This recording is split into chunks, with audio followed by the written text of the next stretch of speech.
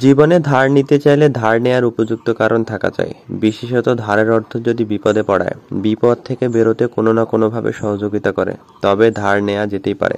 কিন্তু নিয়মিত ধার করাটা যেমন আর্থিক বদভ্যাস, ঠিক তেমনি ধার করে ধারের অর্থ দিয়ে যদি কেউ অনাকাঙ্ক্ষিত জরুরি পরিস্থিতিতে পড়ায়, সেখান থেকে বেরোতে ব্যবহার করেন, সেটি কোনো না কোনোভাবে গ্রহণযোগ্য।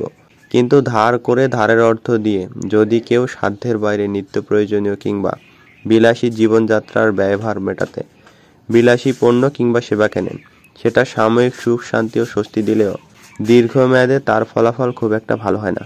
কেননা যারা নিজের আয় করা অর্থের পাশাপাশি নিয়মিত ধার করে পণ্য কিংবা সেবা কেনেন, তারা আসলে তাদের সামর্থ্যের বাইরে কেনাকাটা করছেন।